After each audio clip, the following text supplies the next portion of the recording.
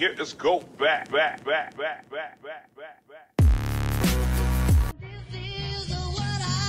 สวัสดีทุกท่านวันนี้เรากำลังจะไปตัดผมเนื่องจากว่าผมเรายาวมากๆแล้วดู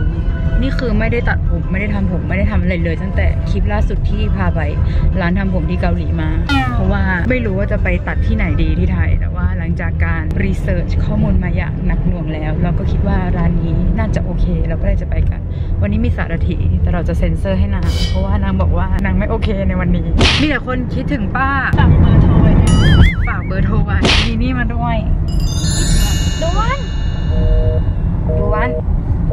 เดี๋ยววันนี้ตามไปดูกันเดี๋ยวไนท์มาด้วยบ๊ายบายดวนบ๊ายบายหมาเมินสวัสดีค่ะท่านผู้ชมไปนอนต่อแล้วนี่คือไม่ได้ไหมใช่ไหมคะวิธีการฆ่าเวลานะคนอย่าเดินไปอ่านเรื่องนี้สนุกมากอ่านซะตอนนี้นะคะเป็นเวลา3 โมงเย็นแล้วค่ะคือพี่เจนัดตั้งแต่เที่ยงจะหลับแล้วอะคุณผู้ชมดูควันสิคะหน้าเอาหน้าไปอังมากๆเลยหมูกระทะเหมือนแบบคนกำลังโมโหอะที่แบบมีควันขึ้นความฝึกท่าเต้นระหว่างรอนี้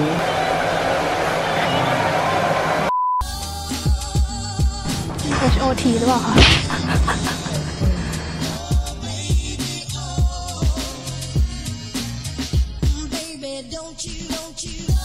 เสร็จแล้วเรียบร้อยนะคะหลังจาก4 ชั่วโมงเงางามประกายวิงวับไม่รู้ว่าคราวนี้จะเฟดเร็วอีกไหมอย่าเฟดเลยนะขอร้องอยู่ด้วยกันเป็นนานๆเถอะเรากำลังจะไปกินข้าวกันที่ร้านเคียวไค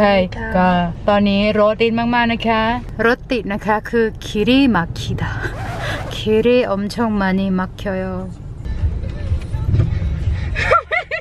ถ้ามันเขินนะเมื่อกี้ตอนแบบปิดกล้องนะโอ้โห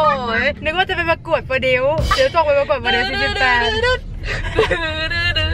เสียงให้คุกกี้ทำไมกัน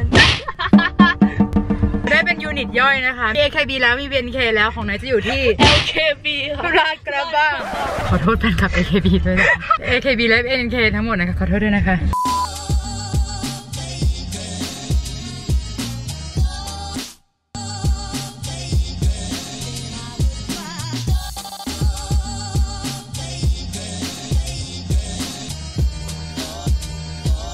พิธีกรรมที่สำคัญที่สุดในการกินก็คือการถ่ายรูปนะคะเมนูแรกที่นำเสนอแตงโมปลาแห้งถ้าไม่อร่อยก็โทษคนนี้เลยนะคะไอ้ยะเป็นความลับที่อยู่ในใจมันสดชื่นอ่ะมันก็โอเคนะมันเป็นอาหารที่ไม่ดูไม่น่าเข้ากันได้ยินว่ามันเป็นอาหารโบราณของไทยมานานมากแล้วเป็นคำรีวิวที่รู้เลยนะคะว่ารสชาติจะเป็นยังไง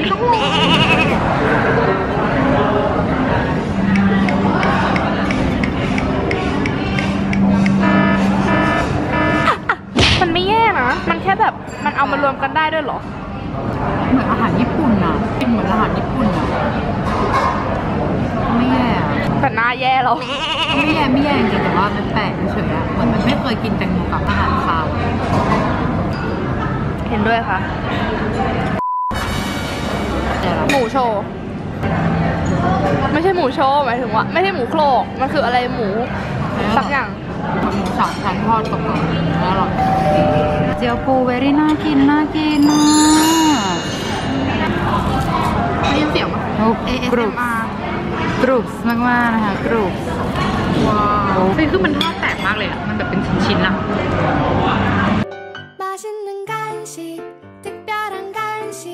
อร่อย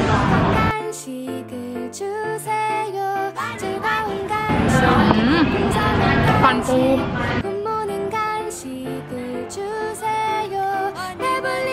อร่อยมาก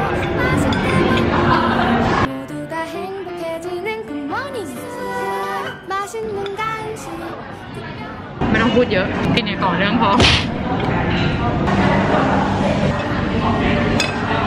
ข่าวว่ารสโซดาอีกนอนเลย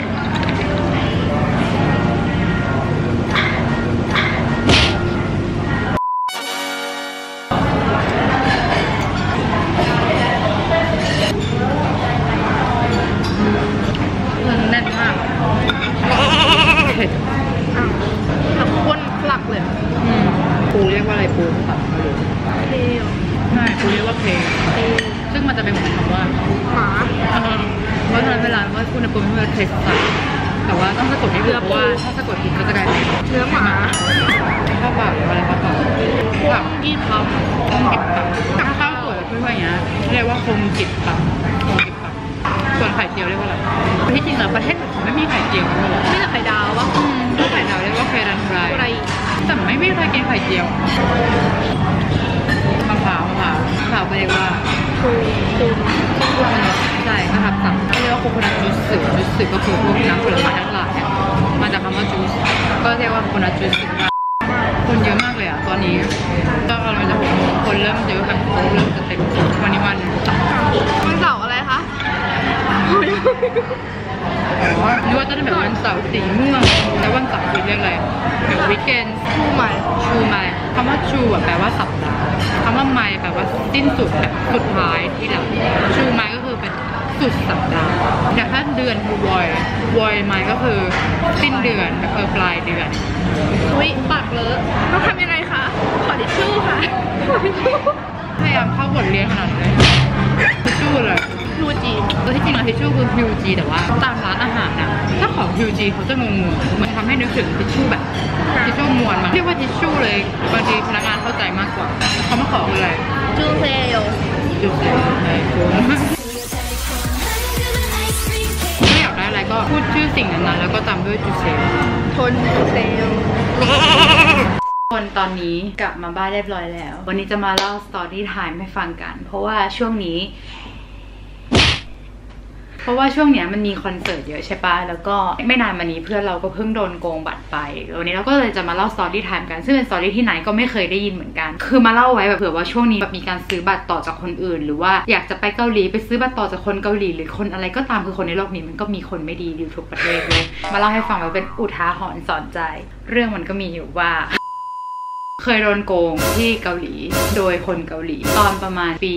2014 มั้ง 2014-2015 ประมาณเนี้ยตอนยังอยู่กวางจูอันนี้คือคิดตามเจนอะชอบเอ็กโซใช่ไหมแล้วทีนี้เอ็กโซอะเหมือนจะมีงานคอนรวมที่ปูซานอะไรก็ไม่รู้1 คอนอะแต่ว่ามีเอ็กโซอยู่เจนก็เลยชวนไปบอกว่าไปเป็นเพื่อนหน่อยก็เลยแบบก็ไปสิแต่ว่ากดบัตรไม่ทันเวลากดบัตรเขาเรียกว่า ticketing shield pay แปลว่าพ่ายแพ้ล้มเหลวแบบไม่ประสบความสำเร็จก็ shield pay ไปก็ต้องไปหาซื้อต่อแล้วใน Twitter ทีนี้เวลาซื้อต่อเขาเรียกว่ายางโดคือคำว่ายางโดแปลว่าส่งต่อให้ใครคนบางคนอะถ้าเกิดว่าเราเป็นคนขายต่อเขาก็เรียกว่ายางโดฮัมนีดาเขาก็จะแบบทวีตว่าแบบยังโดฮัมนิดาก็คือเขาขายต่อแต่ถ้าเกิดว่าเราเป็นคนไปหาเราก็ต้องเขียนว่ายังโดพัตซึนิดาหรือไม่ก็ยังโดคูฮัมนิดาเจนก็จัดการไปมีแค่หน้าที่นั่งรถไปแล้วไปดูเป็นเพื่อนเฉยๆก็เลยไม่สนใจอะไรแล้วมันก็ไปเสิร์ชของมันมานั่นแหละแล้วคือเวลาเขายังโดเขาก็จะเขียนแบบว่า e-back o ship bond แต่ก็คือ250-259แต่คือเขาจะไม่บอกว่าเขาคือเบอร์ไหนใช่แหละคือถ้าเราตกลงจะซื้อแล้วเขาถึงจะส่งรูปมาให้ดูแต่ว่าคือคนเนี้ยเขาบอกว่าของเขาอะเป็นโชแดกอนก็คือเป็นบัตรเชิญเหมือนแบบเขาได้มาฟรีอีกทีนึงเขาก็เลยบอกว่าของเขามันไม่มีเบอร์เว้ยบอกว่าเป็นโชว์ใจก่อนฉันก็แบบหรออะไรเงี้ยเจนก็บอกว่าเนี่ยแต่เขาคิดแค่คนละ 50,000 วอนก็คือแค่คนละประมาณ 1,500 ซึ่งถือว่าถูกนะแต่คือเวลาขายอะถ้าเกิดว่าเขาขายราคาจริงแบบราคาเท่าบัตรเขาเรียกว่าวอนกาแปลว่าราคาดั้งเดิมราคาแรกที่ซื้อมาสมมติว่าบัตรคอนนั้นเนี่ยขาย 4,800 เขาก็ขาย 4,800 ต่อเงี้ยเรียกว่าวอนกาแต่คนนี้ไม่ใช่วอนกาเพราะว่าเขาได้ฟรีถูกปะเขาก็คิดตังค์เรานั่นแหละเจนบอกว่า 50,000 วอนก็โอเคอะสำหรับคอน 50,000 วอนก็แบบโอเคอะไรอย่างงี้มันก็บอกว่างั้นซื้อกับคนนี้นะซึ่งเราก็ไม่ได้เป็นคนอยากไปก็เลยไม่ได้เข้าไปเช็คทวิตเตอร์คนนี้ว่าแบบเป็นใครอะไรยังไงให้เพื่อนจัดการอย่างเดียวเลยพอแล้วก็บอกว่าเจนแล้วบัตรโอนเงินให้เขาไปแล้วรับบัตรยังไงมันก็บอกว่าโอนค่าส่งไปแล้วเดี๋ยวเขาจะส่งมาให้แล้วมันก็ส่งที่อยู่ไปให้เขาเว้ยทีนี้จุดพีมันอยู่ตรงนี้จุดพีมันเป็นจุดที่เราเริ่มสงสัยคือชิมฮาดะแปลว่าแบบไม่ได้สงสัยใครรู้แต่สงสัยแบบตังหิดตังหิดใจไม่เชื่อใจเจนส่งที่อยู่ไปมันก็จะเขียนว่ามหาลัยนี่ที่ควางจูสิ่งที่คนนั้นตอบกลับมาคือตอบกลับมาว่าอุ้ยอยู่ควางจูหรออยู่ควางจูเหมือนกันอยู่เขตเดียวกันด้วยสมมติว่าอยู่อ่อนนุชใช่ป่ะก็อยู่อ่อนนุชเหมือนกันเลยค่ะเนี่ยอยู่แถวมหาลัยเลยเดี๋ยวเราเจอกันที่มหาลัยได้ไหมจะได้แบบชิคคอเดแปลว่าการซื้อขายชิคก็คือโดยตรงมายื่นขายโดยตรงแต่คือตอนนั้นโอนเงินไปแล้วมันไม่ใช่ชิคคอเดแล้วเว้ยที่จริงเราก็แบบคิดว่าหรอแบบ เมืองเป็นร้อยเป็นพันจะมาอยู่อะไรใกล้วะแต่ก็แบบเอาวะแบบมันก็มีความเป็นไปได้ถูกไหมแม้แบบมันจะแรร์มากแต่มันก็มีความเป็นไปได้เจนก็บอกว่าเนี่ยนัดเจอเขาไว้ที่หน้าสถาบันภาษาตอนแบบ5 โมงเราก็เลยถามว่าแล้วติดต่อเขายังไงขอเบอร์เขามาแล้วหรอมันบอกว่าเปล่าเขาไม่ได้ให้แล้วอีเจนก็อินโนเซนต์นะเข้าใจปะอ้าวแล้วถ้าเขาไม่ให้เบอร์โทรศัพท์มาเราจะเจอกันได้ยังไงมันก็บอกว่าก็ DM แหละมั้งพอแบบ5 โมง DM ไปก็ไม่ตอบหลัง5 โมงก็ไม่ตอบเลยเว้ยเราก็แบบเจนเราว่าไม่ใช่แล้วอะแบบมันแปลกมากเลยนะแต่คือสักพักเขาก็ส่งมาตอนเย็นบอกว่าเนี่ยเขาขอโทษแบบเขาอะเข้าโรงพยาบาลบอกว่าขาหักแล้วก็ส่งรูปเฟือกมาให้ดูซึ่งตอนนั้นเราไม่เชื่อแล้วเพราะว่าเฟือกอะแค่ Google มันก็ขึ้นมาแล้วเข้าใจป่ะแบบเฟือกขาใครก็ไม่รู้อะหน้าก็ไม่มีอะเขาก็บอกว่าแบบเนี่ยเขามาโรงพยาบาลแบบขอโทษจริงๆแต่ว่าวันนี้ไปให้ไม่ได้อะไรอย่างงี้เราก็แบบมันใช่เหรอวะพยายามนัดใหม่อีกรอบพอครั้งต่อไปก็เป็นอย่างนี้อีกขาหักอีกครั้งมันรู้แล้วว่าแบบอีนี่บอกใจแล้วคือจุดพีคมันคืออีเจนอะเรื่องโกรธอีเจนมันไปถ่ายทวิตเตอร์คนนี้ดูใหม่เว้ยคือคนนี้ในทวิตเตอร์มีแต่ยางโดขายหมดเลยไงแต่ว่ามันก็จะมีคนที่เขาสร้างแอคขึ้นมาใหม่เพื่อยางโดคือเขาไม่อยากขายในแอคเคาท์ก็มีก็เข้าไปดูปรากฏว่ามีบางคอมเมนต์ที่มาคอมเมนต์ต่อจากยางโดเขาว่าอย่าไปซื้อจากคนนี้เป็นซากีกุนแปลว่าพวกต้มตุ๋นพวกหลอกลวงอะทุกคนก็แบบโอ้ my god แล้วฉันก็แบบเจ๊บอกแล้วใช่ไหม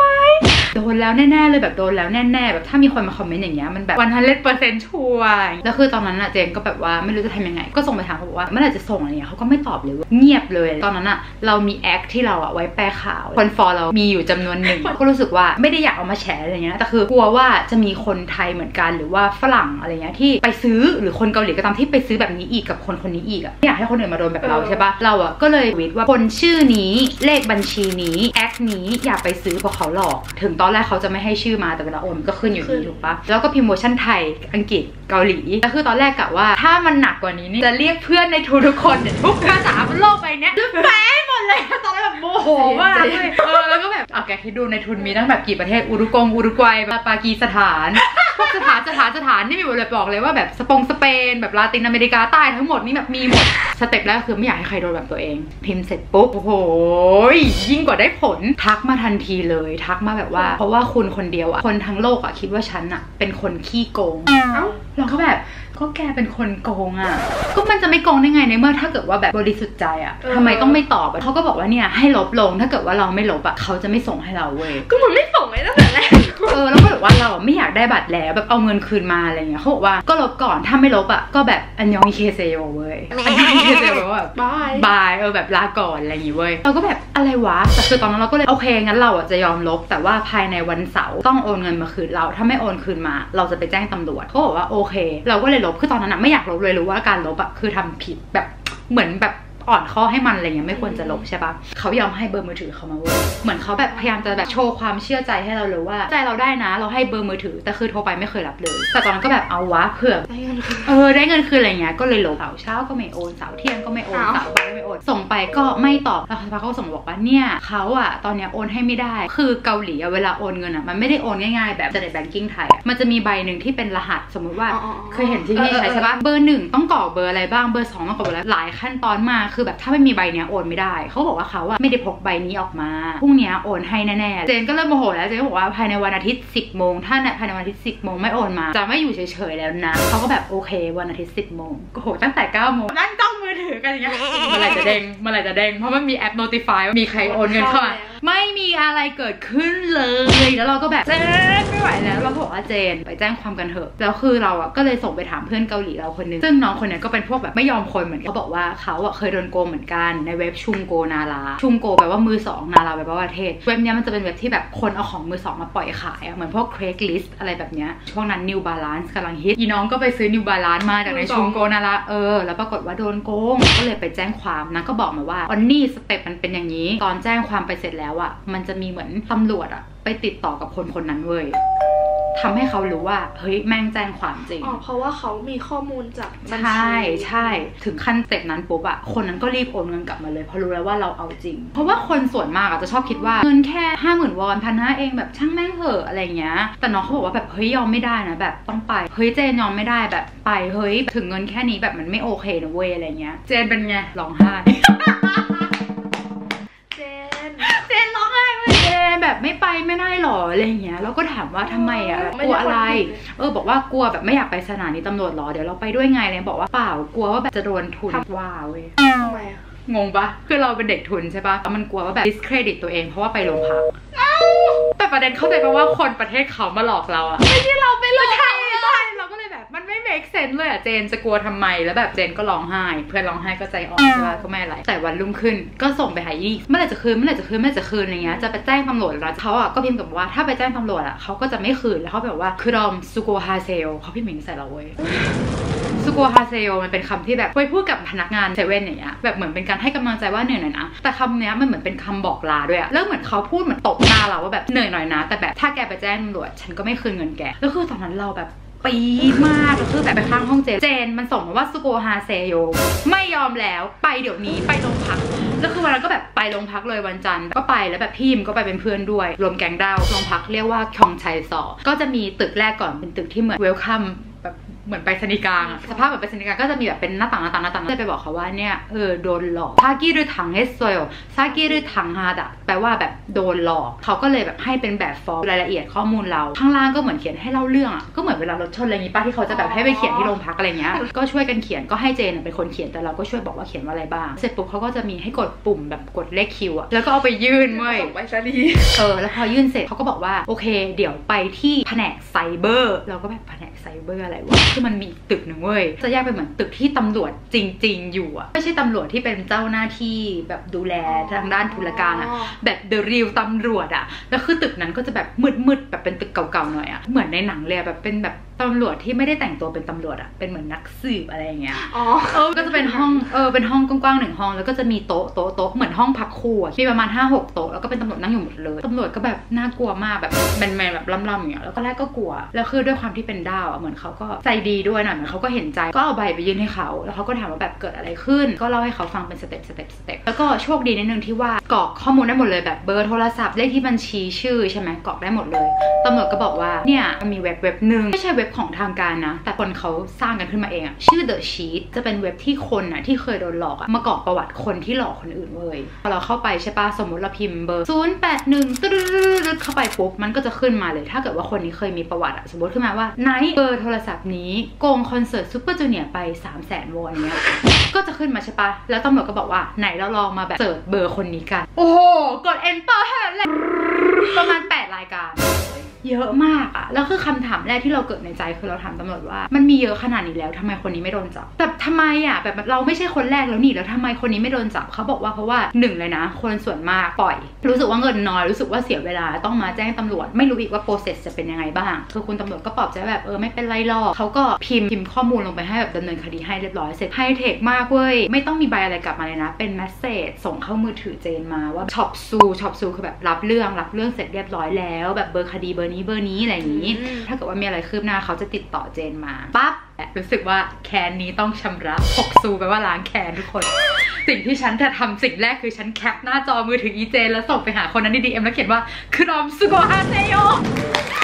คือเขารู้ไงว่าเรากับเจนเป็นต่างชาติเพราะเวลาโอนเงินไปกับเวลาให้เขียนที่อยู่มันไม่ใช่ชื่อคนเกาหลีเขาก็รู้อยู่แล้วว่าอาจจะแบบไม่เอาอะไรเขาถูกไหมปรากฏว่าเขาก็ตอบกลับมาบอกว่าเนี่ยเป็นแม่ของเด็กคนนี้ตอนนี้เขายึดมือถือลูกเขาไว้ลูกเขาไปโรงเรียนไม่ทำอะไรแบบนี้หรอกแบบอย่าเอาเรื่องลูกเขาเลยคือเราว่าเขาโกหกหมดเลยถ้าเป็นเขาเองใช่แล้วเราคิดว่าเขาเป็นเด็กมากดูจากภาษาดูจากวุฒิภาวะไปแล้วแล้วว่าเขายังอยู่ม.ต้นม.ปลายแน่นอนแล้วพอหลังจากนั้นไม่นานคืนเงินเว้ยหลังจากนั้นประมาณวัน2 วันเขาก็โอนเงินคืนมาโอนไม่ครบด้วยนะโอนแค่ค่าบัตรไม่โอนค่าส่งให้โอนคืนมาแล้วก็บอกว่าเนี่ยโอนคืนให้แล้วแบบไม่ต้องมาแบบชินโกแจ้งคดีอะไรเงี้ยแต่เราก็บอกเจนว่าไม่ต้องต่อขนาดเขายังปล่อยให้เรากับเจนนอนรอเขาแบบทุกระทมแบบมาเกือบเป็นอาทิตย์มันเหนื่อยจริงนะเว้ยมันรู้สึกแบบเฮ้ยทำไมโทรไปก็ไม่รับแบบถามไปก็ไม่ตอบอะไรเงี้ยจบก็ยกคดีไปเพราะว่าก็ได้เงินคืนกลับมาอยากมาแชร์ให้ทุกคนฟังเพราะว่าไม่คิดว่าชีวิตนี้ต้องเข้าไปโรงพักในโซนที่มีแบบนักสืบอะไรขนาดเนี้ยก็จะบอกว่าคดีอย่างเงี้ยเยอะมากเพราะว่ามันเหมือนเล่นกับใจคนความอยากของคนเพราะว่าตอนนั้นทุกคนก็อยากได้บัตรทุกคนก็แบบจะเอาบัตรแบบมันไม่มีบัตรแบบบัตรดีหรืออะไรเงี้ยเพราะฉะนั้นแบบเราจะหน้ามืดตามัวเราจะไม่เช็คให้ดีตอนนั้นเป็นความผิดเราด้วยแหละที่เราแบบไม่ช่วยเพื่อนเช็ค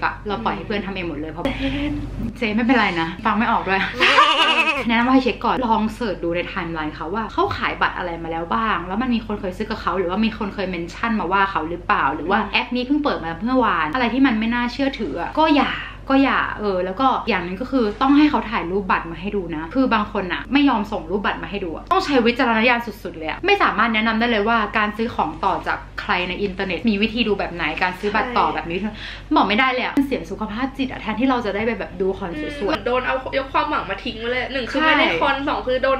เงินไปเลยอะไรเงี้ยแล้วยิ่งถ้าเกิดว่าเป็นคอนดังๆแล้วที่ดีๆอะมันเป็นหลายหมื่นไงมันไม่ใช่แค่แบบ1,000 กว่าบาทเขาก็อัพกันละนาถ้าเป็นไปได้นะชิคคอเลยอย่างเดียวเลยซื้อขายโดยตรงก็คือเจอกันแล้วยื่นเงินกันตรงนั้นพอหลังจากเกิดเหตุการณ์เนี้ยไม่กล้าซื้อบัตรต่อจากใครไปแบบเป็นปีๆเลยเหนื่อยอะถ้าจะซื้อก็คือนัดเจออย่างเดียวฉะนั้นก็อยากให้ทุกคนระวังกันไว้ด้วยไม่ว่าจะเป็นที่ไหนอะก็มีคนอย่างนี้ที่ไทยยังเยอะเลยที่ไทยก็เคยเห็นช่วงนี้คอนเยอะทั้งที่ไทยทั้งที่เกาหลีโดยเฉพาะปลายปีงานเยอะมากทั้งงานฟรีงานไม่ฟรีคนก็เอาบัตรมาขายกันหมดแต่จะบอกว่าคนดีๆก็มีเยอะนะคืออันนี้ไม่ได้แบบมาบอกว่าให้ไม่ซื้อต่อเลยคือเราอะเคยขายของต่อให้คนเกาหลีแล้วก็กลายเป็นเพื่อนกับเขาเลยก็มีนะคือคนเกาหลีจะเป็นความน่ารักสมมติว่าเราขายของให้กับแฟนคลับอะไม่ใช่คนที่เขาไปกดบัตรมาเพื่อทำธุรกิจขายต่อไม่ใช่พวกนายหน้าอย่างนั้นอะเขาจะรู้สึกเหมือนแบบว่าได้เจอแฟนคลับคนอื่นแล้วเขาจะรู้สึกมีความดีใจอะมันมีพี่คนหนึ่งที่เราแลกการ์ดกับเขาก็เลยนัดเจอกันแล้วก็กลายเป็นว่าคุยกันถูกคอแล้ววันไปคอนก็นัดเจอกันนัดกินข้าวกันเลยก็เหมือนได้เพื่อนขึ้นมาใช่แล้วบางทีเขาก็เอาพวกแบบกู๊ดเล็กๆน้อยๆที่เขาได้มาเขาชอบเอามาให้มีครั้งนึงเคยไปเจอเป็นแฟนคลับคนเกาหลีก็ไปเจอแล้วปรากฏว่าคนเนี้ยเขาเป็นคนวาดพวกแฟนอาร์ตอะเหมือนเขาดังมากแล้วแบบมีแต่คนจะมาซื้อเขาให้เราหมดเลยอะแต่เป็นแบบมิตรภาพที่เกิดขึ้นจากการซื้อขายต่ออะไรเงี้ยก็เท่านี้นะทุกคนวันนี้อาจจะไม่มีอะไรมากไปวีล็อกเล็กน้อยเสียเวลาทำผมไปนานแล้วก็กินข้าวรถติดคอมเมนต์ไม่ได้ว่าอยากให้ทำอะไรบอกไว้ได้เลยนะแล้วก็เดี๋ยวเจอกันในคลิปต่อไปคลิปต่อไปเป็นอาจจะเป็น MXM แล้วนี่หว่าการในคลิปต่อไปบ๊ายบาย